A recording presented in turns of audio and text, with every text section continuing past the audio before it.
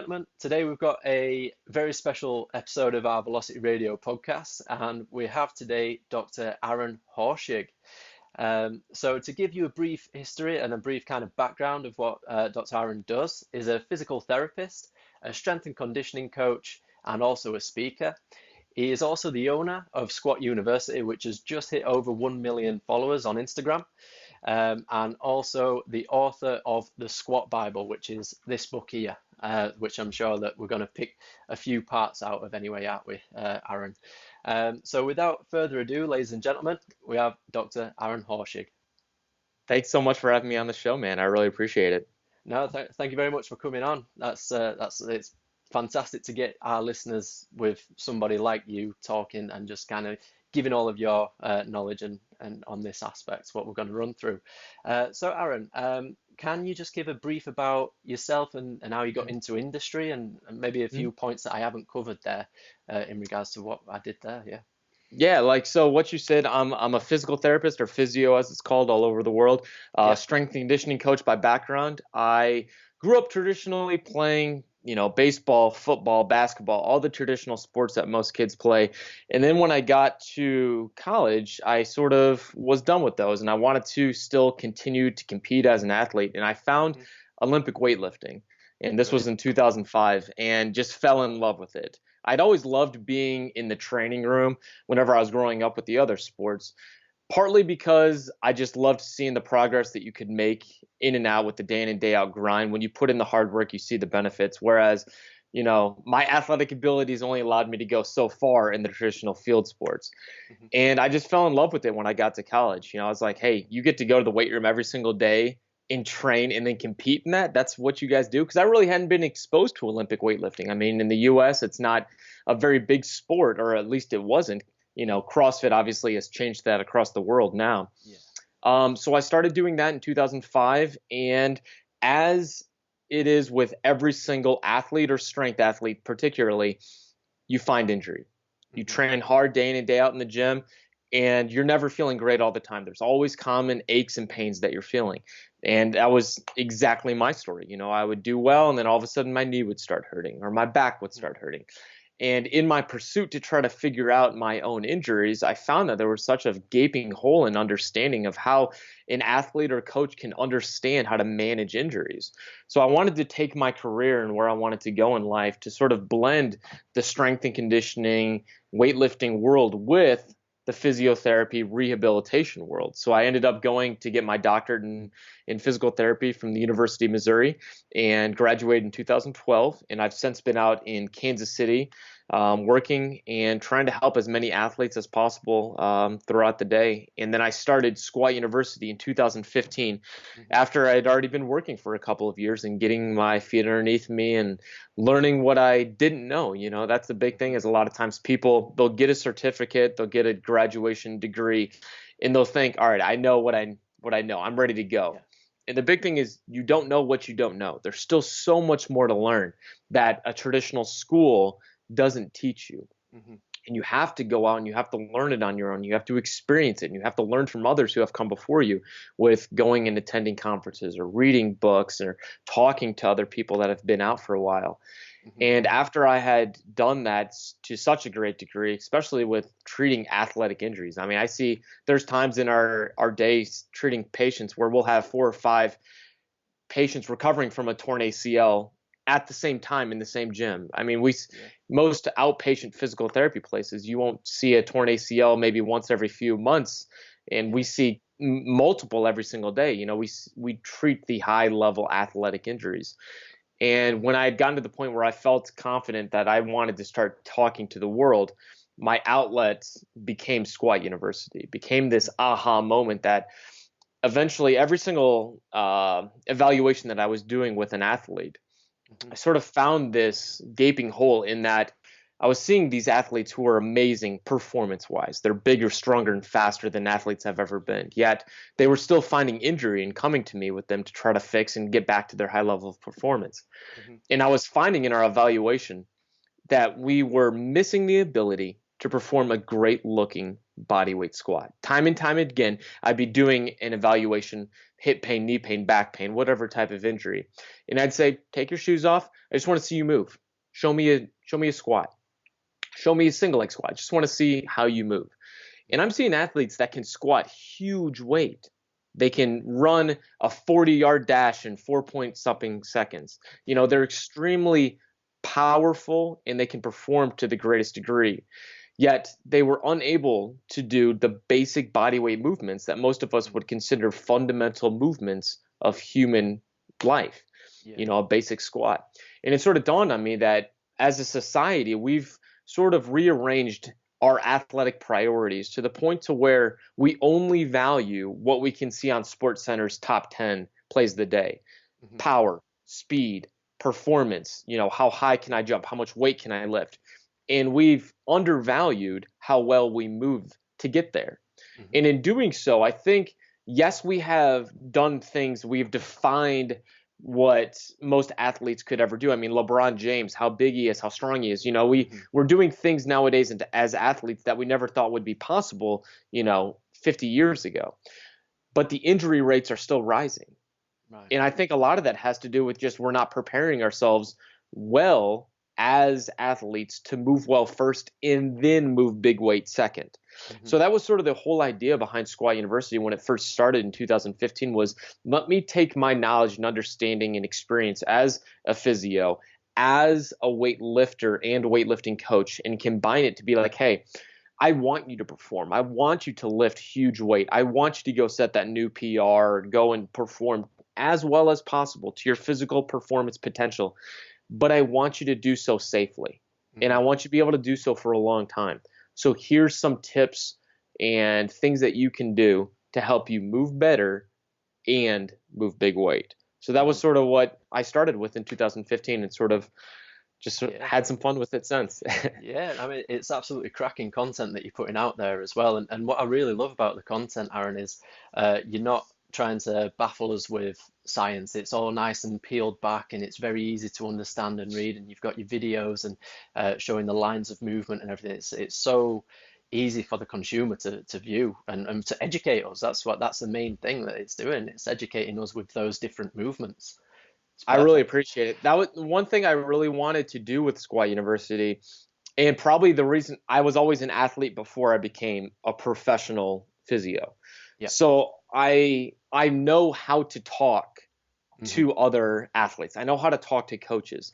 Yeah. And I find that one of the things that's very tough for professionals, for clinicians, is they're so smart that they don't know how to talk on a level that everyone understands. Like someone sent me the other day a quote on Instagram that they were disagreeing with, and they're like, hey, what's your thoughts on this? And I was reading it, and I'm like, man, that hurts my brain just to read that. Like the way in which they were trying to come across with their message.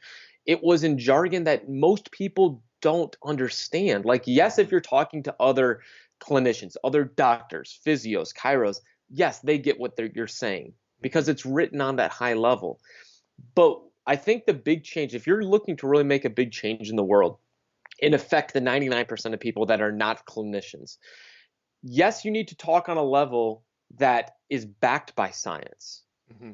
It has that basic fundamental understanding of being based in research. And you can point to the science if you want to, if you need to, and reference it.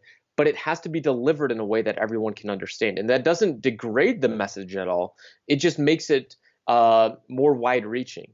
I can't remember the quote. I don't know if it was Einstein or someone like that said, you don't truly understand something until you can teach it to a 4-year-old or something like that. Yeah. But I think that's really the point, is that until you can take a very difficult concept like how to create and manipulate torque at the hip joint during a squat, changing from a front squat to a low bar back squat. What does that do to torque? What does that do to our manipulation of balance if we are leaning forward more during the squat and taking our center of gravity and pushing it over our toes? But I can deliver it in a way that a 4-year-old can go, okay, like, you know what I'm saying? Not a 4-year-old necessarily with my audience members, but I can deliver it in a way that people can understand and they don't have to scratch their heads to go, I need to rewatch that 15 times to understand what he's saying. Exactly, and that can be transferred so much from an active worker, personal trainer, or strength conditioning coach working with just a general pop client as well. That you may have your head in the books, you may have reading all this different literature, but then if you were to say to a general pop client all these anatomical terms, they'll be like, "What do you want me to do?" So uh, just Exactly. just having it in that like such a nice way on the viewer for them to understand in terms of what you've got on your Instagram Squat University page and on your website as well. It's very pleasing for us to see.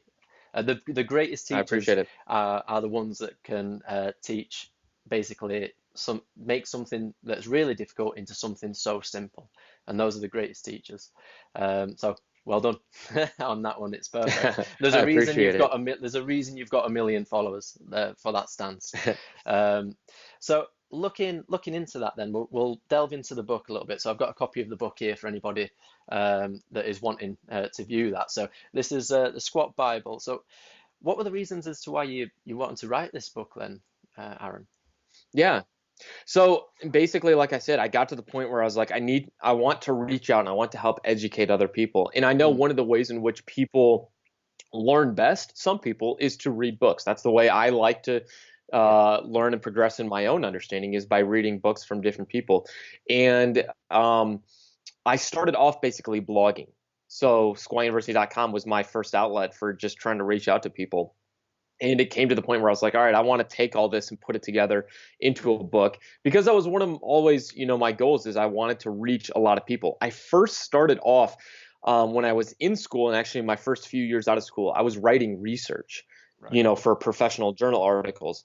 Yeah. And I liked the writing process. I liked the researching process where you have a question yourself and you're going through and you're reading 50 to 100 journal articles all on different parts of what you're trying to explain, what you're trying to learn, what Hmm. your research is trying to answer the question wise. And I really enjoyed that writing process. But what I found out eventually was like, this is not what I'm meant to do. I Hmm. would get done with it and I was unsatisfied with the reach of how far I would go. Yeah. I mean, for most research articles, 6 people are reading it, including your mom. You obviously have to send your research article to your Yeah. mom, right? Um, Of course. and I was just frustrated by the entirety of the process of going through and getting research published. And it takes so many months then for the reviewers to get back to you and then the changes you have to make. And while that is still a very needed thing, I mean, I'm not Yeah. downgrading researchers and the time that they spend and everything like Hmm. that. For me, I knew that the way in which I best spoke to the world and help educate others was in a different type of format. The platforms Hmm. of Instagram and Twitter and blogging were the way in which I could best communicate to the world. And I think when I was able to put those together and say, hey, here's one product that is the antithesis and the combination of everything that I've talked to up until this point, here Hmm. it is for you. It's $28.99 US Yeah. dollars on Amazon. That's around what a lot of people will buy for a t-shirt. Yeah. I hope this is something that can help empower you and change your life, and you can help other people with it. So my goal with everything that I do is to help explain things and teach you in a way that not only can you empower yourself to understand and change your body and change the way in which you've been moving. So you're upset with your squat, you're not getting there, you're not performing well, you're stuck, your technique is faltering. How can you easily go through with a step-by-step process to understand, oh, is it my ankles? I don't know. Here's a simple test. Try this test. Did you fail? Yes, no. If you did fail, here's a couple things you can do to progress that. So basically, how to uncover what so many people have made so complicated in Mm. life, Yeah. simplify it. Here's a quick way. It's only 128 pages. You could go through the entire book in a weekend, which I want Hmm. you to. I don't want it to be an 800-page book. Yeah. I want it to get to the point where you can understand and better yourself, and then you can also help other people, because that's truly how we change the world in the way in which I said sort of flip back on top of its head our athletic priorities to move better first, then move some Hmm. big weight. Yeah, it's a perfect read. I've kind of gone through a couple pages and parts of it myself, and like you said, it's not that kind of thick book that you're almost opening up and you're thinking, oh gosh, I can't be something like Yeah, Super Training. When you're looking through that book, you think, oh my gosh. exactly. So it's a very easy read, and you can run through the different aspects on there. But we'll Mhm. touch on a few areas in the book then, if that's Yep, okay, Aaron. definitely. And just to kind of run through and give value in terms of squatting, what we're here to talk about in to our Definitely.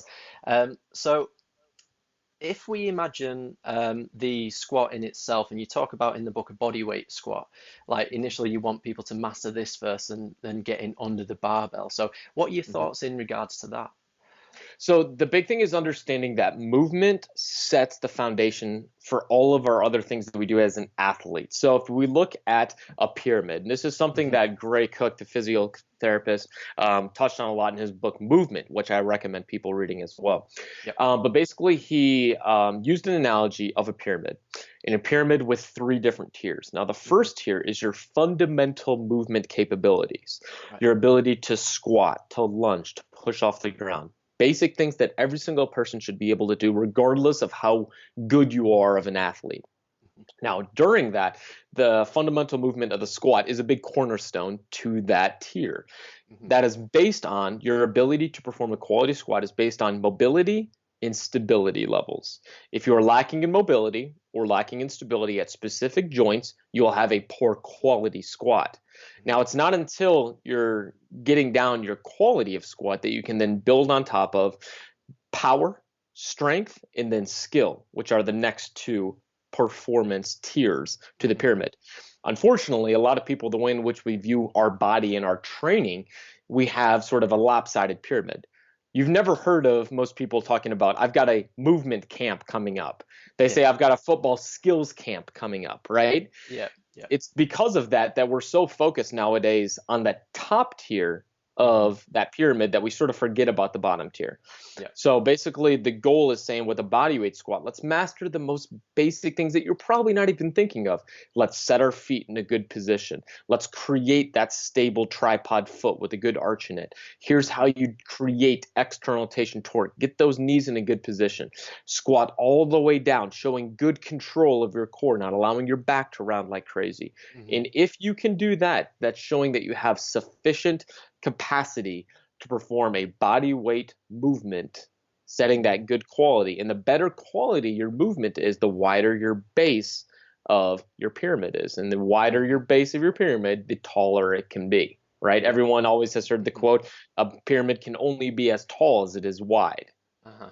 Yeah. There you go. Yeah, exactly. Can't build a house without its foundations, is what I've always said as Exactly. well.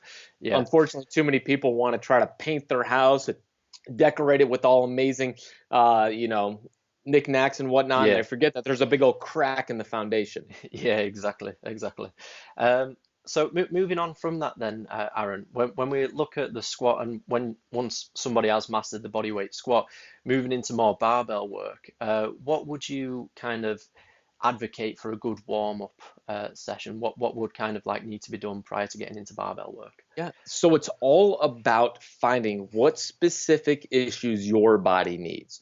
There's Hmm. not a one size fits all when it comes to Right. warming up because there's so many different things that someone could need. So I shouldn't walk into the gym and see everyone doing the exact same lateral banded joint mobilization because Yeah. maybe only a few people need it to improve hip mobility.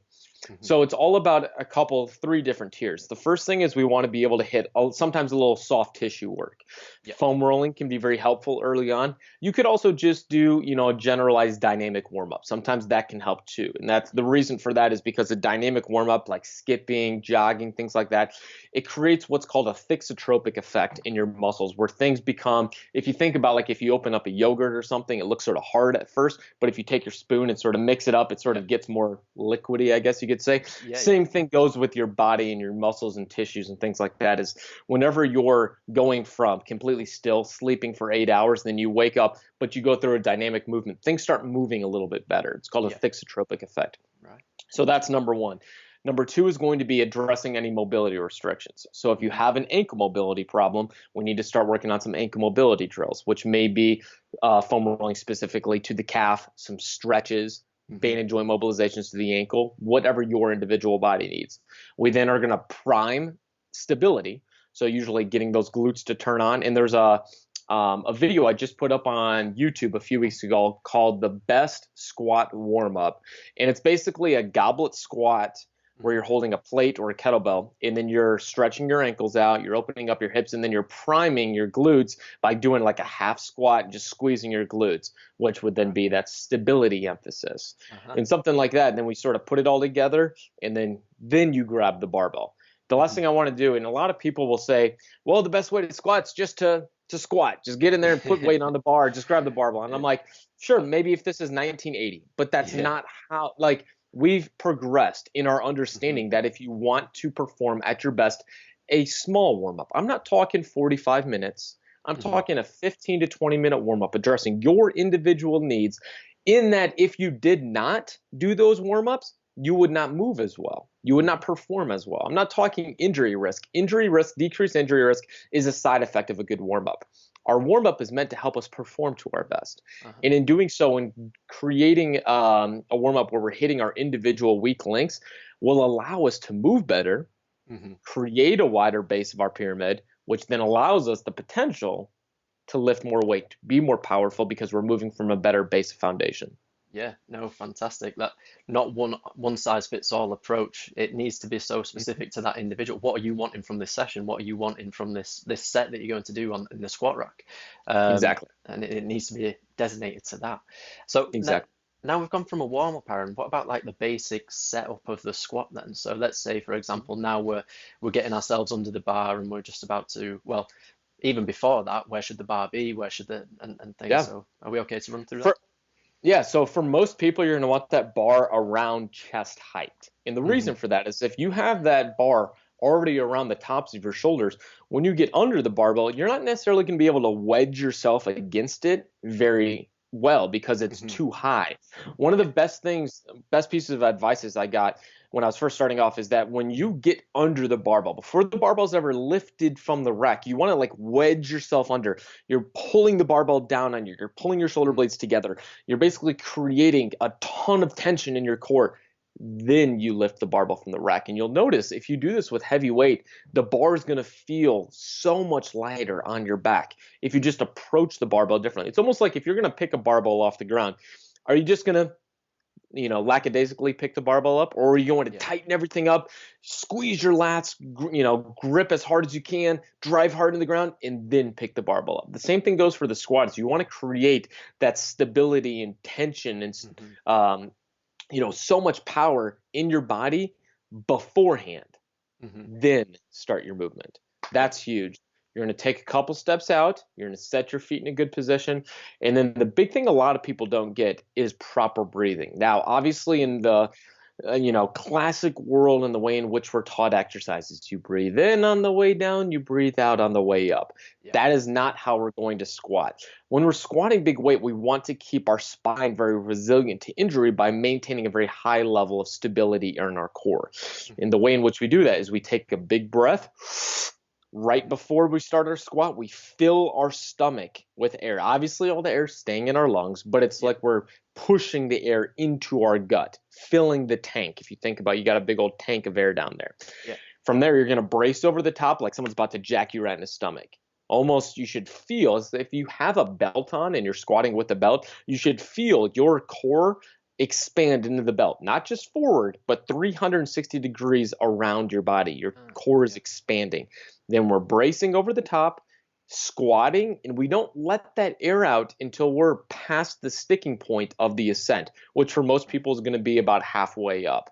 Hmm. So you're slowly letting the air out, almost like you're breathing through a straw. There's a little bit of air coming out. You let the air out too soon, you just lost all your intra-abdominal cavity pressure. A lot of pressure is then put onto your spine, and because of how much weight may be on your back, you just increase risk for decreasing the amount of power you have to finish the lift and your potential injury for having that much weight on an unstable core if you're not then bracing and breathing at the same time.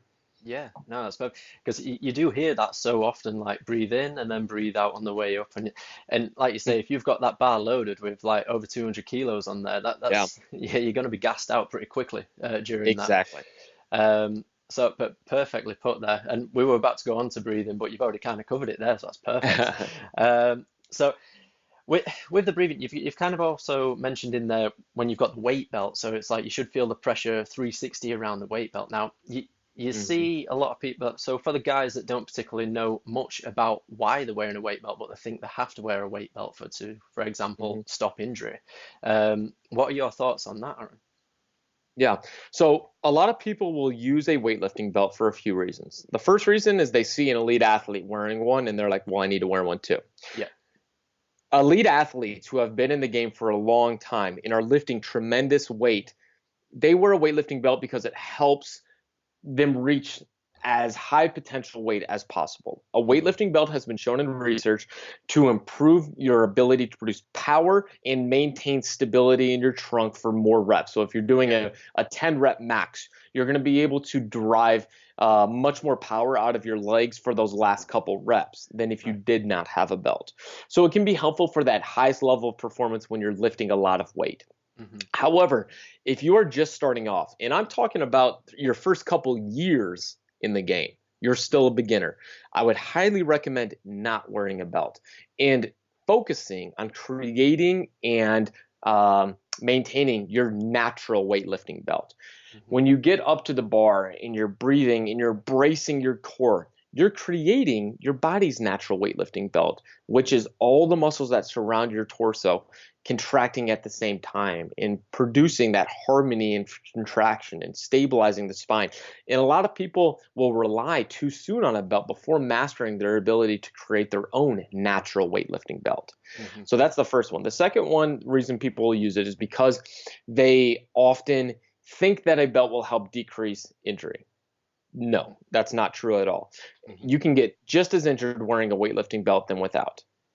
Um, the big thing, a weightlifting belt can be very helpful, but it has to come only at the very, very high rep ranges or the very high weights that you're Hmm. lifting when you're trying to go for max performance. I would say for most people, if your goal is to be a field athlete, so your goal is to be a football player, a soccer player, Hmm. a basketball player, I would hesitate to wear a belt. You're not wearing a belt ever in competition. Of course, yeah. So why do we never necessarily need to train with one? I would rather you maximize your potential capacity to improve stability and maintain stability at a very high level without a belt. For Hmm. my strength athletes, though, my weightlifters, my CrossFitters, my powerlifters, yes, you can wear a belt if you want to, but I would hesitate to wear one early in your career Hmm. until you've, for a couple years, really mastered your ability to maintain and show capacity at a very high level without a belt. Hmm. And even then, when you do get to that higher level and you're like, hey, I want to start using a belt in competition and in my very high lifting days, I want you to not put that belt on until you get maybe over 75, 80% of your one rep max. And the reason is I think a lot of people will put one on too soon and they'll sort of rely on the passive support that a belt can help. Hmm. If you think about it, when you have your spine is basically a stacked tower of bones. It is then held in place by all the muscles that surround your spine. 360 degrees of protection, like a harmony of a symphony. Every single instrument that's being played has to play its part together for the harmony sound to Hmm. basically sound well. Okay. Yeah. Well, the same happens with our core. And until you can maximize that potential for everything to work well, by putting on a belt too soon, you're going to cover up your body's ability to do that. And Hmm. I don't want you to rely on a belt yet until you can produce quality core stability and then test that core stability with heavier and heavier weight. Then, when it's time to lift the heaviest weight, then put a belt on. So I Uh-huh. think a lot of times it's twofold. People put a belt on too soon, or they put a belt on for the wrong reasons. Hmm. It can be very helpful for some people, no doubt. And if your goal is to lift as much weight as possible in competition, it can definitely be helpful, Hmm. but don't rely on those other things first. Yeah, yeah. Many times you may even see it with like I've seen it where general pop will come into a gym just like normal, just wanting to work out for health benefits, Yeah. and then all of a sudden they get in the head that I can't go over 2 plates without having a belt on. And it's almost like a safety mechanism that they've got in their head that almost makes them feel that they get comfort from just having the belt on. But like you say, they've probably just not built up their own internal weightlifting belt yet. Um, Exactly. yeah. And think about it like this. You said general population. The goal of it, someone in general population, is to improve their overall fitness, their ability Hmm. to look good aesthetically, to get stronger for life, right? They want to Hmm. be able to pick a heavy box off the ground or help move something in the house. They're not there to compete on stage. Exactly. That person, in my opinion, probably doesn't need a belt. Yeah. They need to, because they're not going to wear a belt while they're moving a box in their basement, right? You Exactly. need to Yeah. be you need to be able to teach that person how to create sufficient core stability in a way that's going to transfer to the things that they want to do in life. Of course. Of course. So Aaron, what we'll do, we'll move on to a couple, what I'm going to call kind of like clinics. So it's like myth busting type of Okay, questions, if that's okay. let's do it. Definitely. So when I've seen been in the gym before, and I've trained people in the gym before, and there's been sometimes a common error in when they're doing a barbell squat, the Mhm. hips lifting first and hips rising first. What could be a potential kind of trigger for that happening? And if so, how could we stop it? One of the big things that I see when you find the hips are rising quicker than the Hmm. chest whenever you're barbell squatting is often an issue in the way in which someone is pushing through the floor, their foot stability and the way in which their body weight is spread evenly across your foot. When we Yeah. look at our foot, we view it as a tripod. The base of Hmm. your heel, base of your first toe, base of your fifth toe. Yeah. And you need equal weight on those parts during the entire execution of the squat. Hmm. What happens is that if someone is pushing through their heels too much, I find that they often shift backwards and they put so much pressure on their hips that they rise those quicker on the ascent of the squat. So, one of the Yeah. first things I teach people is whenever you're squatting, just feel for your body weight being right in the middle of your foot. Hmm. And as you go down, keep that body weight center. Don't drive too far back on your hips. Hmm. Another thing that can be helpful is thinking about driving your back, that's got the barbell on it, drive that back through the roof. Yeah. And a lot of times we're thinking so much about our legs that we forget sort of the pressure on the bar and creating that stability. So sometimes getting down to the bottom of the squat, think about driving your back and that barbell straight through the roof, and that can help the hips and the chest rise more symmetrically. Oh, perfect. Yeah. And then moving on to the next one, there's something called butt wink, if our listeners are familiar with that. Mhm. So butt wink, potentially going down, and then the kind of like the butt, almost like it's winking at you. It's like coming down and caving in. Uh-huh. So Yes. what could potentially be the trigger for that? Yeah. What could that be? I would say most of the time when I see butt wink, it's a factor of two things: hip mobility and ankle mobility or Right. stance width. What happens is if you have limited ankle mobility and you squat down, your knees eventually Hmm. need to go forward towards or even over your toes in order to get into a deep squat. And Hmm. if you have a limitation or restriction at your ankles, something else is going to have to compensate in order for you to continue descending into the squat bottom. Often we find that the pelvis starts to pull under the body. What Right. happens is that butt wink, basically the pelvis turns under, so it posteriorly pelvic tilts, and then Hmm. it flexes the very small or the very lowest lumbar segments, L4, L5, L5, S1. Those start to Ah, flex as well. So it creates a stress concentration at those joints, which long term, you have movement under load. Eventually, that could create an injury, mhm, eventually, in some people. So that's why it's a fault. So, one of the first things I look at is ankle mobility. And mhm, then if that person has full ankle mobility, we'll often look at hip mobility as well to see if that person's squatting also with the stance that's right for them. If you are squatting and your feet are too narrow, you may end up where the front side of your femurs are actually running into your acetabulum, the hip socket, too early, right. and basically your hip has no place to go but to turn under. So sometimes for some people, just sort of widening their stance a little bit or turning their toes out slightly may allow them a little bit more freedom of movement at the hip joint, which then could allow them to squat a little bit deeper without that necessarily having that butt wink compensation. Awesome. That's been put perfectly there, Aaron. Awesome.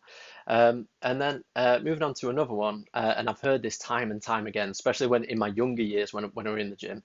And believe it or not, I've heard some like guys come out of professional training, like when they've been, because over here we have rugby. Mm.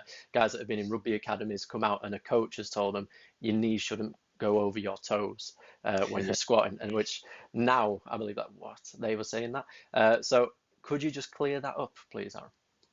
Anyone who says the knees shouldn't pass the toes in the squat is stuck in the 1970s, Yeah. basically. I mean, the idea of the knees not passing the toes is a very big misunderstanding in the way in which just natural mechanics of the squat and injury mechanisms are.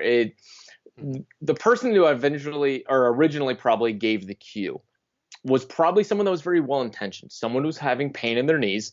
And when they went into a deep squat, their knees went over their toes and their knees hurt. So they said, hey, stop driving your knees forward too much. All of a sudden, they did a very hip dominant squat. Their knees don't hurt. So they go, haha, we fixed it. Yeah. When in fact, all you did was change mechanics a little bit and took a little shear force and compression off the knee joint. For someone who has a knee injury, for sure, we may not want their knees to pass their toes for a short time, because when you go into a very deep squat, the knees do have to move forward in order for the body to stay balanced, which means when you view it from the side, the barbell or center of gravity for the person, if they're doing a body weight squat, remains over the middle of the foot. Hmm. All I say when I have people squat is I say, I want you to start with a little bit of a hip hinge, and then I want you to squat, stay down, and stay balanced. The knees will go where they need to based on your anatomy and your level of mobility. But you should never fear the knees going over the toes for a healthy athlete.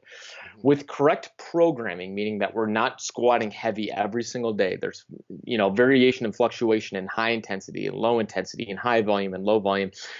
The knees can adapt to being well over the toes in being completely safe. Some people will point to the fact that at the very deep positions of a squat where the knees are forward, there's a lot of compression and shear force on the knee. Sure. The patellofemoral joint, so your kneecap against your femur, there's a lot of compression at the very bottom part of the squat where the knees are forward.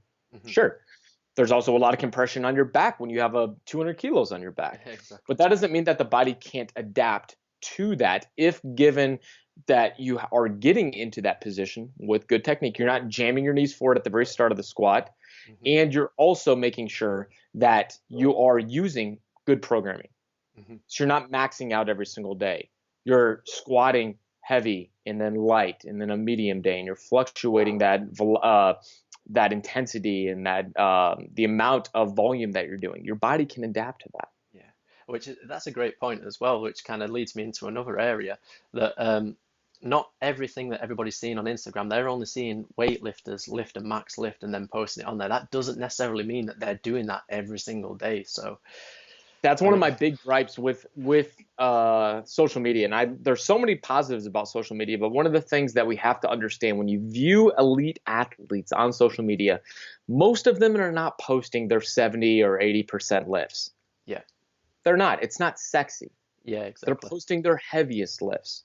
And when you understand, a lot of people will view that and go, oh, if I want to get to that level, I have to squat heavy every day, or I have to lift heavy every day. And that can put you in a position where you're going to reach injury and you're going to reach plateauing much quicker, because you're eventually going to have breakdowns in technique because you're not at that elite level yet. And because you're putting so much stress on your body's not going to adapt. You're overtraining, you're under recovering in order to get more likes and more retweets and things like that. And eventually you're just creating that situation like we talked about at the start of the podcast, where you're putting all your eggs in the basket of performance and you're undervaluing that movement quality, because most people are going to have small breakdowns in movement quality when they're lifting max weight.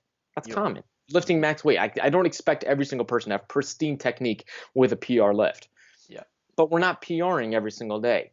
The large majority of an athlete's training is in that 70 to 85% range. And it's because we can maximize and work on perfecting our technique, our speed, our power generation, so that when we do go heavy for those few times, if there is a small breakdown in technique, it's not so intense, because we're not doing it every single day that it's going to lead to a big injury. That's how we can work around having sort of those chronic injuries and Hmm. turn it into small aches and pains that pop up every once in a while when we're pushing our body to the max, if we can work on still training and competing and progressing over time. Hmm. Now, again, that's perfectly put there. So we'll move into just one other area as well, because I mean I'm seeing them all the time now when I'm watching videos, and I've nearly bought a pair Olympic weightlifting shoes. Yeah, Are they needed? they are needed if you want to be an Olympic weightlifter, for sure. Perfect answer. Yeah. Yeah, if you are a power lifter, they can be helpful for the Hmm. person that needs a little bit more assistance in ankle mobility or wants to be a little bit more upright torso with their squat. Are they needed for the general gym goer? It's going to be at your discretion. Hmm. What weightlifting shoes do, because they have a raised heels, it allows your body to have a little bit more knee over toe translation, Yeah. which means it assists you in ankle mobility. Now, the more your knees can go over your toes, the more ankle mobility you have, basically, the more upright your chest can be. Hmm. So if you have someone who's very long-legged and very poor ankle mobility, and they're just very, very inclined torso whenever they squat, and they're like, I just need to get my chest up, I feel like I'm in very pancakey position every single Yeah. time. Yes, I want you to work on ankle mobility, no doubt. I never want you to not work on your weak links, Hmm. but then when it's time to get under the barbell, I want you to perform to your greatest potential. And for a lot of people, that means then putting on a pair of weightlifting shoes, because it's going to allow them to get into even better positions when they're moving big weight. So I think for a large majority of people, a pair of weightlifting shoes can be a huge help, because I think ankle mobility restrictions are one of the biggest problems that most people face when it comes down to technique fixes, especially if you're trying to squat all the way down. You're not trying to do like a powerlifting squat where you're just going just under parallel. Hmm. So it's an investment I think that can benefit a lot of people, and they last forever. I mean, you're only Right. wearing them at the gym. Most of the weightlifting shoes that I've owned have lasted at least 3 to 4 years, and that's just me being an Olympic weightlifter and wanting a new pair of shoes at that time. Yeah. They could last much longer. Yeah. So Oh, worth cool. the investment. Cool, cool. And then finally, like we've talked about ankle mobility in itself. So what would be the best ways? How would you attack kind of getting somebody to gain better ankle mobility if they are needed? Yeah, so it all depends on what restrictions they have. Do they have a soft tissue restriction where whenever they try to stretch, they're just feeling a lot of tightness in the Achilles area? Right. Foam rolling, stretching can be extremely helpful. If when you're trying to stretch your calf muscles, you feel that pinch or block sensation in the front side of your ankle in foot, that's showing that you may have a joint restriction. Basically, the way in which your bones are gliding and moving in your ankle are not working well. You're sort of reaching this pinch or block, and doing a joint mobilization, I show them all over on Instagram and on my website, can be very helpful sometimes at improving the way in which those bones are gliding over each other, and then allowing you to have more ankle mobility in a way that if you only foam rolled and stretched, you wouldn't reach that full degree of mobility improvements. Hmm. Perfect. And you've got plenty of videos on there in regards to on your Squat University page and also on your Yes. YouTube page. So I think we've kind of just covered everything that we've wanted to cover there, Aaron, which it's been awesome speaking to you. So just for the guys that are listening, if they want to have a look at your social media pages, if they want to have a look at your YouTube, what's the best ways in contacting you and having a look at those?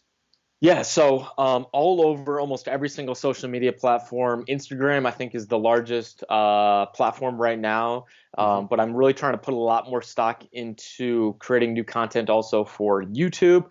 My Hmm. blog is squatuniversity.com if you like to read a lot of content, but Yep. I'm also on Snapchat, let's see, TikTok even Yeah, yeah. recently, Facebook, Twitter. Yeah, basically every single platform you can think of. Also, Squat University podcast. Squat University podcast as well. I've been Yep. listening to that, and it's some great content on there for your podcast. So I shout out to appreciate your it. Thank channel. you. Thank you. And if anybody is wanting to purchase the book, then Aaron, what's the best way for them to do that? Amazon.com. Pretty Um, simple. Or I guess yep. amazon.co.uk, I Oh, guess, if you're in the UK. Yeah. yeah, yeah, yeah. No, it's perfect. I managed to get it on Amazon Prime. We're here next day, and Yeah. it's straight in my Perfect. hands, and you can read it. There you Perfect. go. So, again, I can't thank you enough for coming on, Aaron, and it's been a pleasure speaking to you. Yeah. Thank you so much for Thank you having very me on. much. I really appreciate it. Thank you.